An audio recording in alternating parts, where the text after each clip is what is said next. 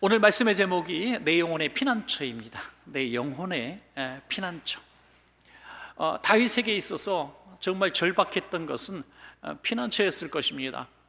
10여 년 동안 사울 왕에게 쫓겨다니면서 그는 참 많은 곳을 다녔고 또 심지어 적국까지 가서 숨어 있게 됩니다. 10년의 세월이 얼마나 긴 세월입니까, 여러분?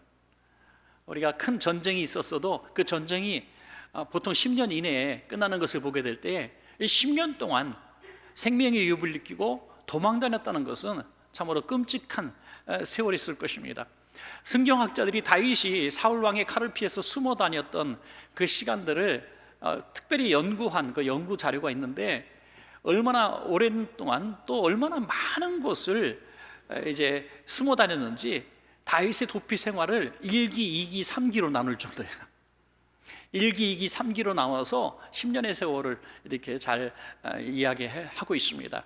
정말 절실했을 것입니다.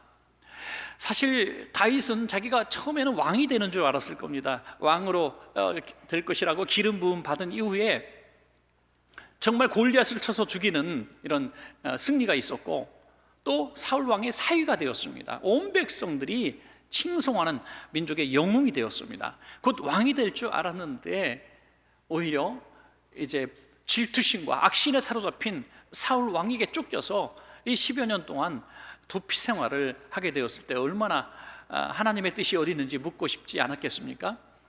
이 사울의 다윗의 도피 생활에 대해서는 사무엘상을 읽어보시면 아주 자세히 나와 있고, 또 시편에서 여러 곳에서 다윗의 탄식이 나오고 있는데, 오늘 특별히 함께 읽으신 시편은 다윗이 여러 도피 생활 가운데서 특별히 아둘람 굴이라고 하는, 이 아둘람 굴이라고 하는 한 장소에 숨어 있을 때에 지었던 시로 이렇게 알려져 있는데, 얼마나 다윗의 그 탄식과 절박함이 묻어 있는지 모릅니다. 오늘 함께 읽으신 본문의 1절을 한번 다시 보시면, 하나님이여 내게 은혜를 베푸소서, 내게 은혜를 베푸소서. 내 영혼이 주께로 피하되 주의 날개 그늘 아래에서 이 재앙들이 지나가기까지 피하리이다. 하나님 앞에 절박하게 외치지 않습니까? 내게 은혜를 베푸소서, 내게 은혜를 베푸소서. 이 재앙이 피하기까지 주의 날개 아래 숨어 있기를 원합니다. 여기 특별히 주의 날개 그늘 아래, 우리가 주목해 볼 표현이죠. 주님의 날개 그늘 아래. 아마도 다윗은 그 당시에 여러 사람들이 이야기하는 그 이야기나 실제로 목격한 사례가 있었을지 모르겠습니다.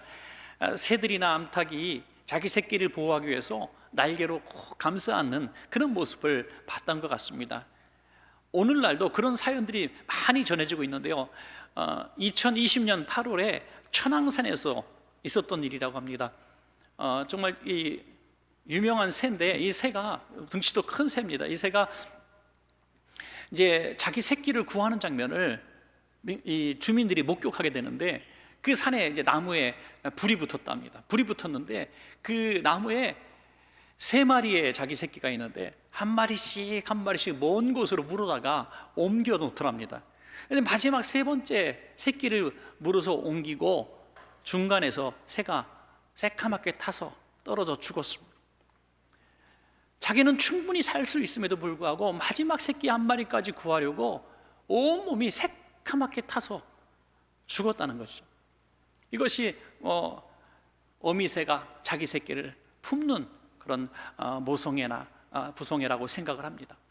또 미국의 옐로스톤에서도 같은 사건이 있었습니다. 산에 화재가 났을 때 이제 소방관들이 이 산불 진화를 하러 산속에 들어갔다가 이런 잿더미가 있는 가운데 새 한 마리, 큰 새 한 마리가 이렇게 새카맣게 타주고 있는 겁니다. 그런데 살아있는 것 같기도 하고 죽어 있는 것 같아서 이제 툭툭 쳐보니까 새가 날개를 그때 비로소 쫙 펴놓은데 그 안에 3마리 새끼가 있었다는 거예요. 자기는 얼마든지 도망갈 수 있었는데 죽는 그 순간까지 자기 새끼를 꼭 날개에 품고 있었던 어미새의 모습을 보면서 소방관들이 사진을 찍고 이것을 뉴스에 알린 그 사건이 있었습니다. 바로 그런 것을 다윗이 보았지 않는가. 주님의 날개 그늘 아래에 저는 병아리 같은 존재입니다.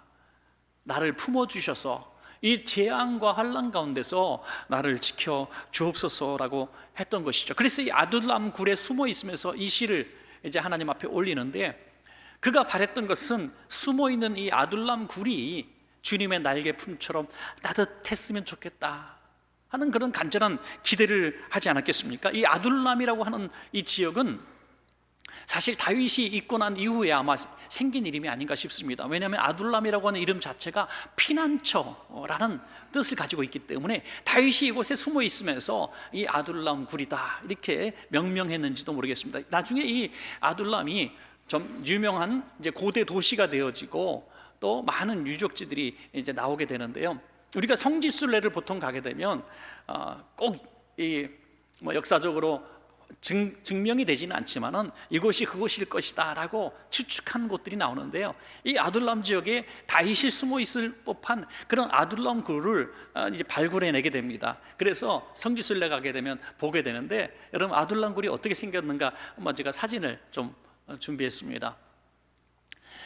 나무 속에 감춰진 이 낮은 굴입니다. 우리가 생각하는 엄청나게 큰 굴이 아니라 입구는 좁고 들어가면 꽤 넓은, 그래서 사람이 숨어 있기에 아주 좋은 그런 굴들이 몇 개가 있는데, 왜 이곳을 다윗의 아둘람 굴이라고 생각했냐면 그 내부에 그 당시에 문자들이 기록되어 있었기 때문이죠. 그런 내부 사진도 이렇게 있습니다.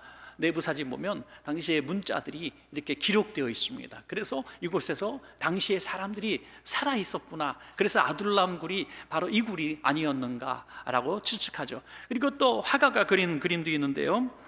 이 그림은 클로드 로랭이라고 하는 화가가 그린 다윗이 있는 아둘람 굴이라고 하는 이름으로 그린 그림입니다. 보면은 저렇게 생겼구나, 저런 곳에 다윗이 있었겠구나 하고 우리가 추측할 수 있겠습니다. 이게 런던에 소장되어 있다고 합니다. 여러분 이 그림을 보시고 또 사진을 보시고 어떤 마음이 드십니까? 그 살인의 광기에 찌들어 있는, 귀신에 사로잡힌 이 사울 왕이 칼에 피를 묻히고 쫓아다닐 때에 어디 안전한 곳이 어디 있었겠습니까? 심지어 다윗을 보호하고 있는 사람들까지 싹 잡아 죽이는 아주 살인마였습니다.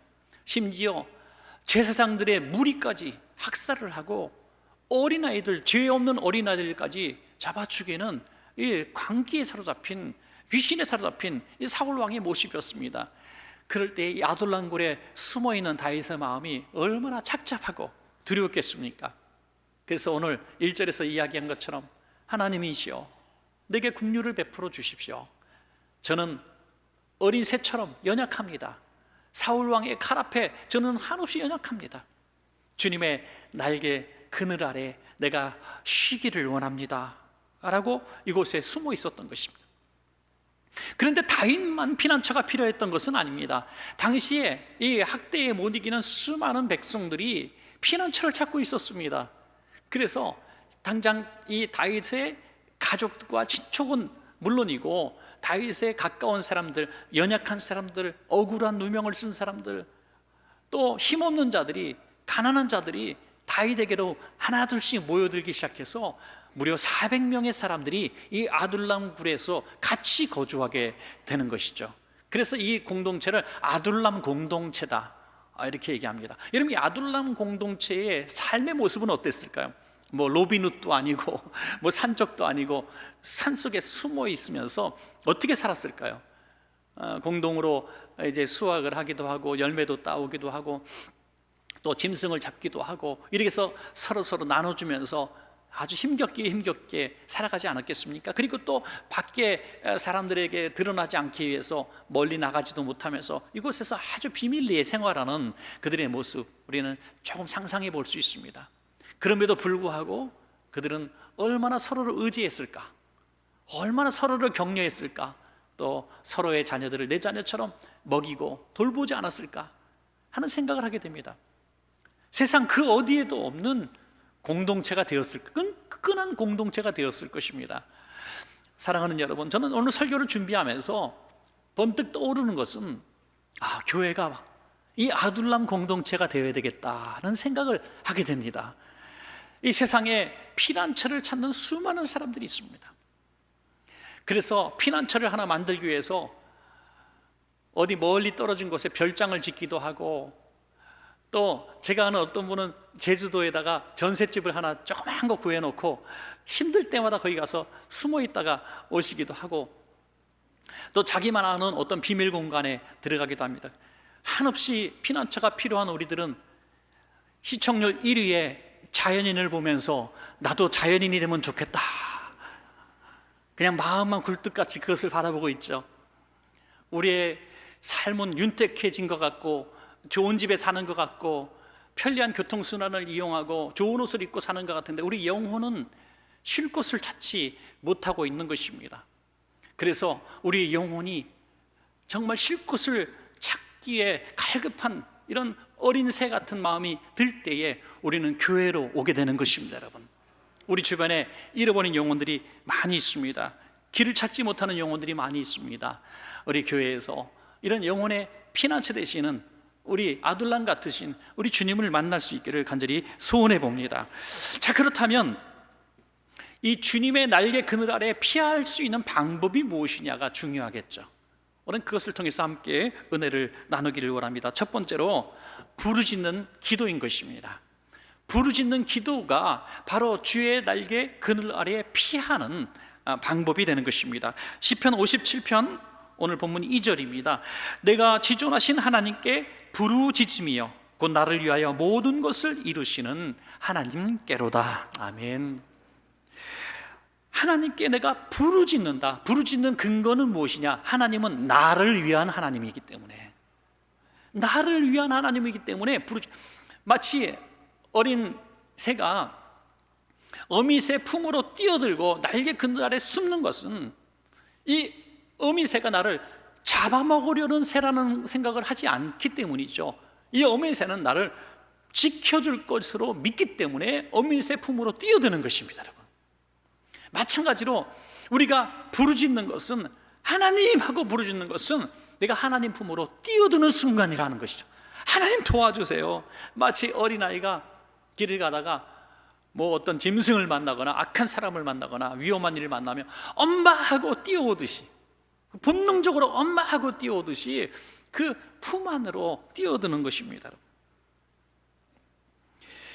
그런데 모든 사람이 위기를 만났을 때, 피난처가 필요할 때 하나님을 찾는 것은 아니에요. 하나님을 그렇게 찾으라고, 하나님이 너를 안아주고 보호하실 것이라고 수많은 사람들이 얘기하고 우리 그리스도인들이 얘기해도 그걸 듣지 않는 세상 사람들이 너무나 많습니다. 심지어 믿는다고 하면서, 내가 신앙생활 한다고 하면서 들어보면 정말 눈물 없이 들을 수 없는, 너무나 지금 힘든 상황을 겪고 있음에도 불구하고 하나님 도와주세요라고 부르짖어 기도하지 않는 성도를 볼 때 너무 가슴이 아픈 것입니다. 우리 성도님들의 사연 한 사람 한 사람을 다 할 수는 없지만 오늘 순간에도 하나님 앞에 너무 절박한 성도들이 있을 거예요. 그런데 우리 입을 열어서 하나님 도와주세요라고 우리가 부르짖어 기도하면 하나님이 그 날개 품으로 우리 안아주시는데, 약속하셨는데 우리 입술이 열리지 않는 거예요. 너무 안타까운 거예요. 부르짖어 기도하면 도와주신다고 약속하셨는데 부르짖는 기도가 나오지 않는 거예요. 예수님 당시에도 그런 믿음만, 어떤 무늬만 믿는, 그런 하나님을 믿는 사람들이 너무나 많았던 거죠. 그래서 오히려 이 주의 날개 그늘을 소개하는 사람들을 돌로 쳐서 잡아 죽이는 일들이 있었다고 우리 예수님은 탄식하고 있는 것입니다.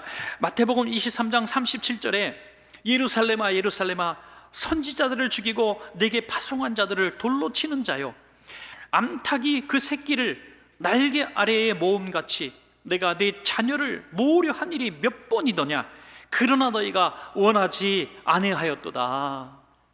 지금도 하나님은 암탉처럼 저와 여러분, 제발 좀 나한테 와서 숨어라, 내가 보호해 줄게, 내가 생명 걸고 지켜줄게 라고 말씀하고 계신다는 것입니다. 그런데 우리가 왜 들어가지 못하느냐? 하나님보다 더 믿을 만한 재력, 권력, 인맥, 또 내 생각에 좋은 피난처가 있다고 여기기 때문은 아닌가, 이렇게 생각합니다. 여러분, 예수님을, 하나님을 피난처로 알고 숨은 여러 성공적인 인물들 가운데 히스기야 같은 사람이 또 있을까 싶을 정도입니다. 한 번은 아스루 왕 사네립이 장군을 통해서 항복문서를 전달합니다. 이 항복문서를 받아든 그는 자기 힘으로 도무지 아스루와 싸워서 이길 수 없습니다. 이제 자기 힘이 연약하기 때문에 온 백성이 포로로 끌려가고 죽임을 당하고 학살을 당하는 이 끔찍한 앞날이 뻔해 보였습니다. 그가 어떻게 했을까요? 하나님의 성전으로 뛰어가는 것입니다. 그 편지를 들고 뛰어가서 하나님 앞에 부르짖어 기도합니다. 열왕기하 19장 16절에 여호와여 귀를 기울여 들으소서, 여호와여 눈을 떠서 보시옵소서, 사네립이 살아계신 하나님을 비방하러 보낸 말을 들으시옵소서. 하나님 앞에 부르짖어 기도할 때에 하나님이 그 기도를 들으시고 승리를 주신 것입니다. 그렇게 기도의 재미를 본 거는 한 번은 39살 되었을 때에 이사야 선지자가 와서 하나님이 당신을 이제 부르십니다, 죽음을 준비하십시오 할 때, 그는 아직도 할 일이 많이 있었습니다. 그래서 또 하나님 앞에 가서 부르짖습니다. 열왕기하 20장 2절에서 3절, 히스기야가 낯을 벽으로 향하고 여호와께 기도하여 이르되 여호와여 구하오니 내가 진실과 전심으로 주 앞에 행하며 주께서 보시기에 선하게 행한 것을 기억하옵소서 하고 히스기야가 심히 통곡하더라. 심히 통곡하더라. 벽에 얼굴을 대고 부르짖어 기도했다는 거죠. 조금 전에 히스기야가 국가적인 문제를 갖고 기도할 때 어디 갔어요? 성전에 가서 기도했고요, 자기의 개인의 어떤 생명의 문제를 갖고 기도할 때 골방에 들어가서 기도한 것이죠. 벽에 얼굴을 대고 기도했습니다. 성전이든지 골방이든지 어디 광야든지 간에 부르짖어 기도할 때 하나님이 찾아오실 줄로 믿으시기 바랍니다. 우리의 장소가 문제가 아니지만 우리가 주의 날개 그늘 아래에 숨으려는 마음으로 주여 나를 도와주소서 하면은 주님이 안 계신 곳이 없기 때문에 들으신다는 거죠. 오늘 군에 가는 아들도 있고 또 오늘 이부배 끝나고는 유학 가는 우리 자매에게도 기도해 줬습니다만은 우리 자녀들이 다 흩어져 살지 않아요? 군대 가고 유학 가고 외국 가서 살고 지방 가서 살고 또 우리가 돌볼 수 없는 많은 곳에 있습니다. 이 기도를 꼭 가르쳐 주시기 바랍니다. 네가 어디 있든지, 아무도 없는 곳에 홀로 있든지, 가슴이 타들어가고 누군가의 도움이 필요한데 도와줄 사람은 없을 때 오늘 이 엄마 아빠의 말을 기억해라. 네가 있는 곳에서 두 손 들고 하나님 날 도와주세요라고 부르짖어 기도하라. 하나님이 내 눈물을 보시고 내 기도 소리를 듣고 너에게 오실 거야. 이렇게 가르쳐 주시길 바랍니다. 이것은 분명한 약속이기 때문입니다. 내 기도를 들었고 내 눈물을 보았다는 이 표현처럼 저는 귀하고 아름다운 표현이 없는 것 같아요. 어떻게 여러분들의 사정을 다 알 수 있겠습니까?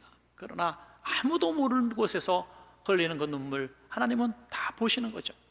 가끔 제가 기도실에 이렇게 가서 보는데 이렇게 살짝 가서 봅니다. 가서 보면 기도실에서 기도하는 분들의 모습은 어떻게 보면 주님의 날개 품 안에 있는 것처럼 저는 그렇게 여겨집니다. 그냥 쉬는 모습, 조용히 묵상하는 그런 모습, 또 어떤 분은 눈을 감고 살짝 주무시는 것 같은 그런 모습, 그런 모습도 주님 품 안이니까 얼마나 사랑하는 자에게 잠을 주신다는데, 그것이 꼭 설교 시간에만 해당돼서 문제가 되긴 하지만 하여간 기도 시간에 사랑하는 자에게 잠을 주신다는 그 말씀이 얼마나. 그래서 한번 그런 재미있는 생각을 했어요. 기도실을 좀 한편에 리모델링을 해서 이런 딱딱한 의자가 아니라 그 수영장에 가면 옆에 있는 그 길게 눕히는 그 침대 같은 의자 있잖아요. 그런 베드 같은 의자를 좀 몇 개 갖다 놓고 거기서 이불도 덮어드리고 좀 가서 기도실에서 주무시면 어떨까, 그런 상상도 한번 해보게 돼요. 또 한 번은 이렇게 교회 기도실을 계속 정기적으로 이용하시는 분들이 있는데 우리 교인이 아닌 분들도 많이 왔다 가시더라고요. 어떻게 하냐면 절 보고 인사를 안 하기 때문에 절대 우리 교인은 아닌 것 같아요. 하여튼 우리 교인이 아닌데 와서 단골 쉼터로 삼고 기도하시는 분들도 계시더라고요. 얼마나 감사한지 몰라요. 기도실을, 우리의 기도 처소를, 예배당을 주님의 날개 그늘 아래로 삼으신 분은 복될 줄로 믿습니다, 여러분. 자, 두 번째로 주님의 날개 그늘 아래에 숨을 수 있는 비결은 흔들리지 않는 믿음입니다. 믿음이 흔들리면 피난처도 흔들립니다. 그러나 피난처가 흔들리지 않는데 우리의 믿음이 흔들리면 흔들리는 것뿐이죠. 우리가 끝까지 믿음으로 하나님만이 나의 피난처입니다. 어떤 상황이 와도, 비바람이 와도, 환난이 와도 주님 나를 버리지 않을 줄로 믿습니다 라고 기도하고 주님 품 안에 있는 믿음이 있다면 절대로 우리 피난처는 무너지지 않습니다. 시편 57편 7절에 하나님이여 내 마음이 확정되었고 내 마음이 확정되었사오니 내가 노래하고 내가 찬송하리이다 라고 했어요. 내 마음이 확정되고 확정되었다. 두 번 반복해서 나는 확실합니다. 내 믿음이 견고합니다. 하나님만이 나의 피난처가 된 줄로 믿습니다 하는 것이죠. 여러분, 이 다윗이 지금 찬양하고 노래할 상황은 아니지 않습니까? 10년 동안 도망다니는 신세고 굴 속에서 숨어 지내는 신세입니다. 더구나 지금 자기 혼자 숨어 있는 것도 아니고 자기 의지하고 온 400명을 보호해 줄 책임까지 졌어요. 그들을 먹여 살려야 돼요. 이게 웬 짐입니까? 너무나 끔찍하지 않습니까? 하나님 나한테 도대체 왜 이러세요? 그렇게 부담감 가지고 짓눌리는 삶을 사는 그가 내 마음이 확정되고 확정되었사오니 내가 노래하고 찬송하리이다. 노래하고 찬송. 이거 정상적인 사람이라면 이런 상황에서 노래하고 찬송할 수가 없는 것입니다. 그런데 그가 노래하고 찬송할 수 있는 근거는 하나님의 피난처에 대한 확실한 신뢰요, 믿음이 있었기 때문인 것입니다. 여러분, 가난이 오고 회사가 망하고 질병이 오고 외로움이 오고 난 이제 끝났구나, 나는 망했구나 하는 상황이 와도 우리가 하나님을 찬양하고 노래할 수 있는 근거는 우리가 하나님에 대한 믿음입니다. 믿음.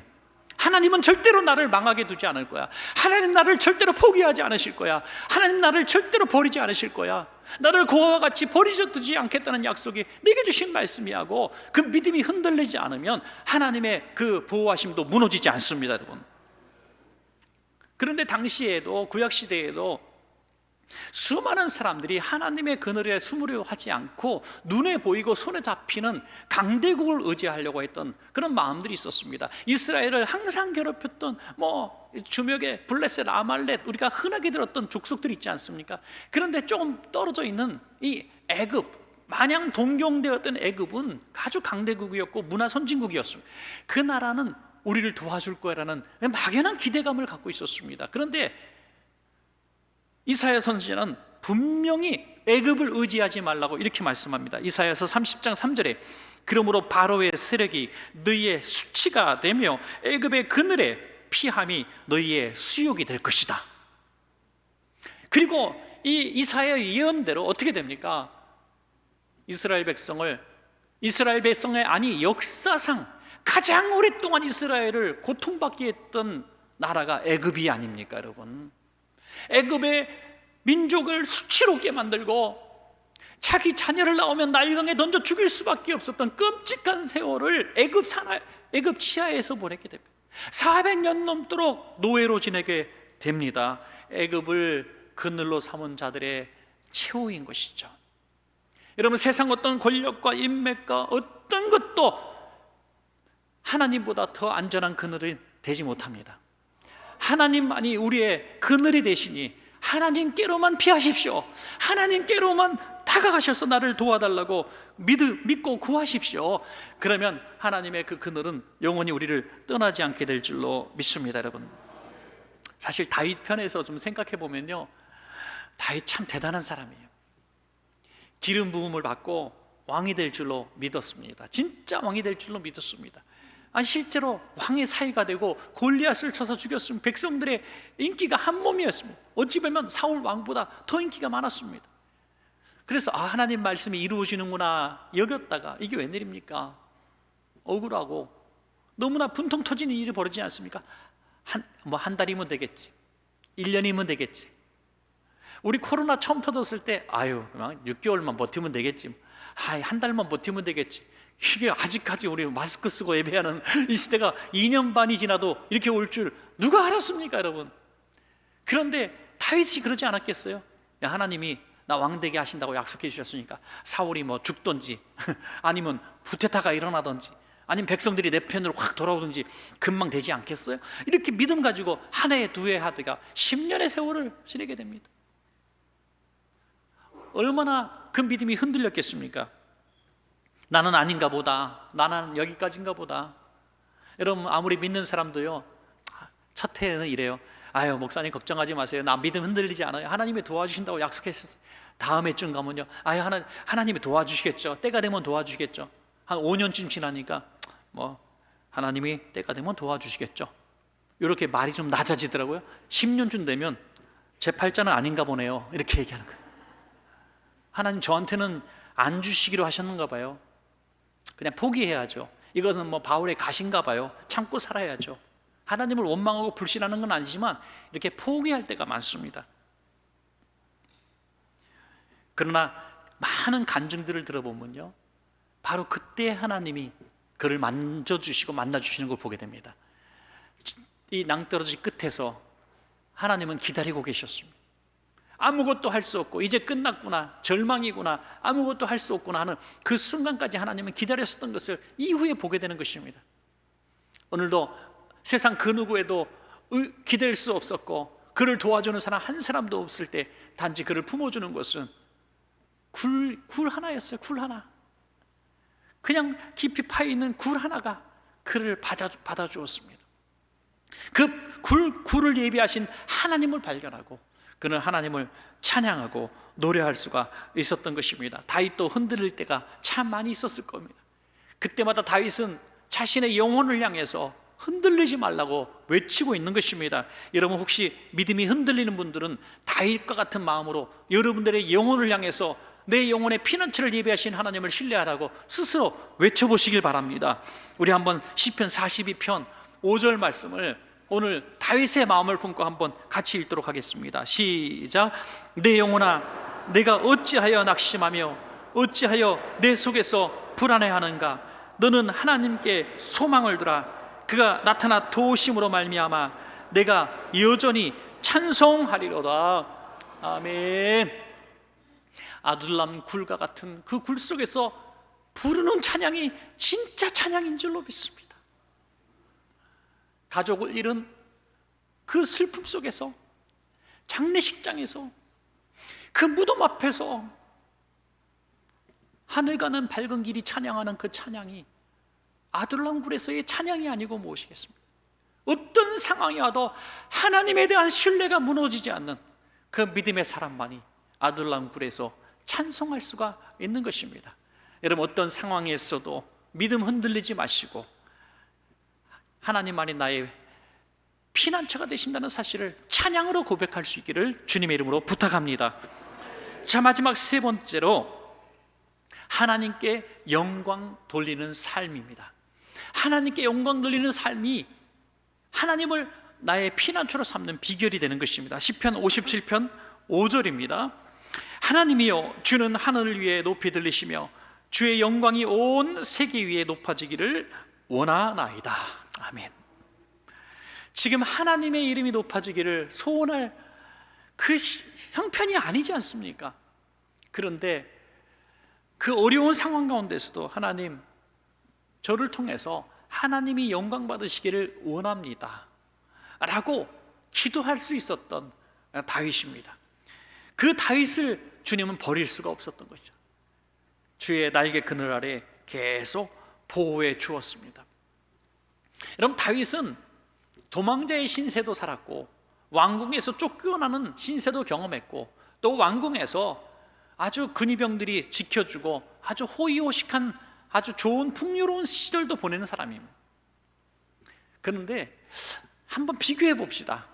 왕궁에서, 가장 안전한 왕궁에서 호위병들의 호의를 받으며 안전하게 왕궁을 거닐 때가 그가 정말 행복했을까요? 아니면 비록 아둘람 굴과 같은 끔찍한 환경과 상황 가운데서 오늘 그럼에도 불구하고 하나님을 찬양하고 나를 통해 하나님 영광 받으소서라고 희망적으로 꿈을 꿨던 다윗이 더 안전하고 행복했을까요? 저는 이 두 번째라고 봅니다. 비록 전쟁터 같은 곳에서, 피난처 같은 곳에서, 환난 중에서라도 내 인생의 목적을 분명히 깨닫고 하나님이 나를 통해서 일하실 것을 기대하는 그 순간이 다윗에겐 가장 전성기였고 행복한 시기였습니다. 왕궁에서 거닐 때 그는 아무런 압박과 제재가 없을 때 오히려 그는 일생일대의 살인죄와 간음죄를 저지르는 엄청난 실수를 저지릅니다. 여러분, 그렇습니다. 오늘 환경이 문제가 아니라 내가 살아야 될 이유와 목적이 무엇인가를 발견하는 것이 더 중요한 줄로 믿습니다. 여러분, 많은 성도님들이 지금 길을 잃었어요. 어릴 때부터 신앙생활하고 직분도 받고 교회에서 어떤 일도 하고 남들이 보면 정말 분명한 천국을 향해 가는 성도인 것처럼 보이는데 어떨 땐 신앙이 한없이 무기력해지는 거예요. 한없이 나약해지는 거예요. 그 이유가 어디 있을까? 저는 바로 이 사명에 있다고 보는 거죠. 저는 이 코로나가 정말 우리 많은 목사님들과 성도들이 공통적으로 하는 얘기지만 우리가 억지로 부른 것도 아니고 우리가 하나님 이거 코로나 주세요라고 기도한 것도 아니지만 하나님의 섭리하에서 주어진 이런 어려움이었지만 이 어려움 통해서 주시는 하나님의 큰 은혜가 있다고 봅니다. 그것은 하나님은 이 피난처를 우리에게 한번 확 흔들어 보시면서 야, 세상이 너의 안전한 피난처가 아니야. 국가나 어떤 국방력이나 어떤 의료진이나 어떤 재물이나 어떤 너의 환경이 너의 영원한 피난처가 될 수 없어 하고 막 흔드시는 것 같아요. 그리고 진정한 피난처는 하나님 한 분밖에 없다는 것을 다시 원초적으로 깨닫고 하나님께로 돌아오게 하시려는 하나님의 부르심이 아니었는가. 우리가 예배당에서 예배 못하는 이런 상황이 생길 줄 누가 알았어요? 공산치하도 아니고 질병 때문에, 여러분 이런 전염병 때문에 이런 일이 생길 줄 누가 알았어요? 이런 일들을 통해서 정말 하나님께서 깨닫게 하시는 것이 너무너무 많았어요. 다시 길을 찾아야 되는 것이죠.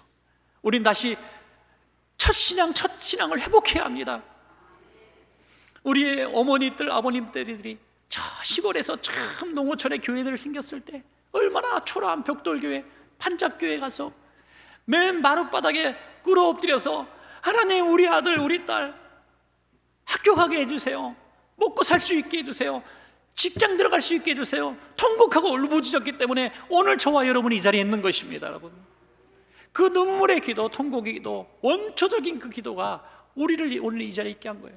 그런데 우리는 많은 세월 너무나 평화로운 시기, 마음껏 예배할 수 있는 시기, 안전한 집과 안전한 재물 여러 가지들을 구비해 놓고 편히 쉬자 내 영혼아 하는 길을 잃어버린 상황을 살았기 때문에 오늘 대한민국 교회가 상처 입지 않은 교회가 없고 끼어지지 않은 교회가 없고 망가지지 않은 교회가 없고, 교회 가면 분노가 있고 미움이 있고 다툼이 있는 거예요. 어떤 성도님은 너무나 상처 많은 교회를 다니면서 일주일 세상 살 때보다 교회 가서 있는 게 더 힘들어요. 너무너무 상처를 입어서. 여러분, 이럴 때 하나님이 확 한번 흔들어 준 걸 저는 감사하게 여깁니다. 정신을 차리라고.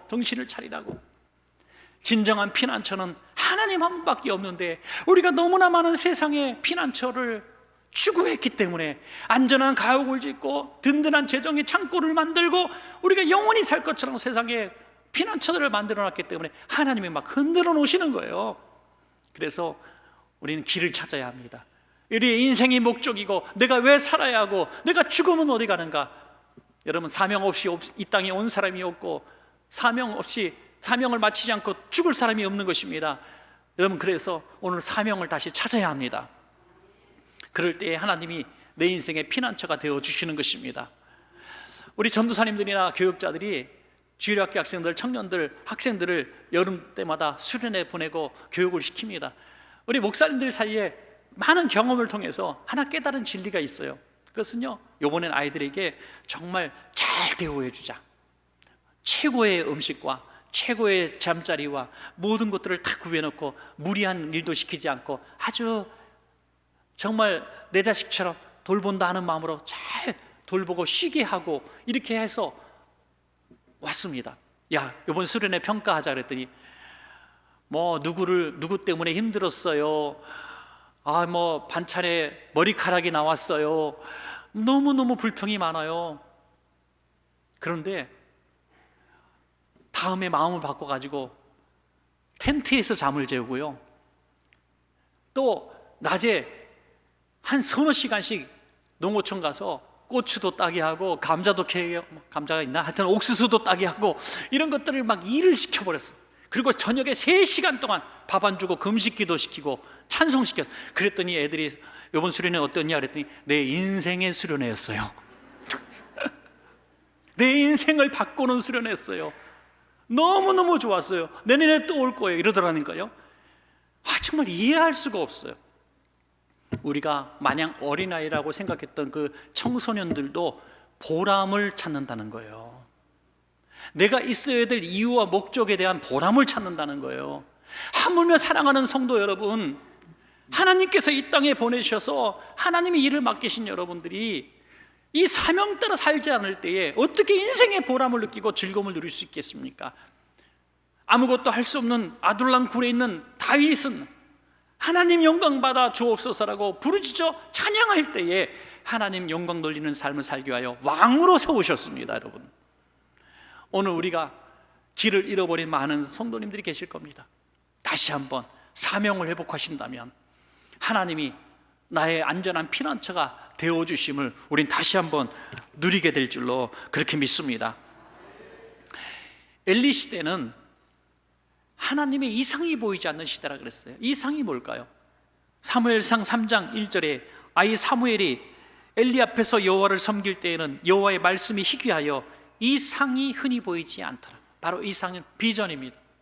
삶의 목적입니다. 하나님의 명령입니다. 사명입니다. 이것이 없어요. 다시 말해서 하나님의 영광을 위해서 사는 삶의 목적이 없는 거예요. 그럴 때에 그 삶이 흔들리고 피난처도 흔들리는 것입니다. 여러분, 우리 자녀들에게 이렇게 한번 교육한다면 우리 자녀들의 삶을 하나님이 꼭 안아주셔서 보호하실 겁니다. 어떤 것일까요? 야, 너는 무엇을 해도 어디 가도 하나님의 영광을 위해서 사는 목적을 가지고 이 땅에 태어났다. 이 사실을 계속해서 가르칠 수 있다면 그가 실패해도 찬양할 수 있고요, 어려워도 외로워도 고독해도 하나님을 찬양하며 하나님이 다시 세워주심을 경험할 겁니다. 왜? 그 순간에도 그는 하나님의 그늘 아래에 있는 복이 있기 때문인 것입니다. 여러분, 바라기는 우리 모두에게도 이런 복이 있기를 축복합니다. 여러분, 말씀을 맺겠습니다. 질문하고 싶어요. 여러분들의 영혼에 피난처가 있습니까?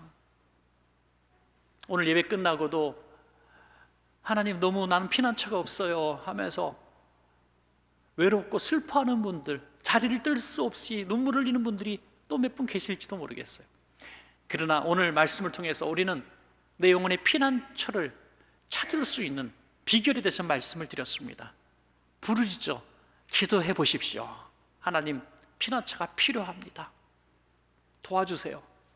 그리고 하나님만이 나의 피난처인 것을 전혀 흔들리지 않은 믿음으로 끝까지 의지하십시오. 그리고 내가 살아가는 이유, 목적이 하나님의 영광이라고 고백해 보십시오. 그러면 영원토록 주님 만나는 그날까지 주님의 날개 아래 거하는 복이 있게 될 줄로 믿습니다.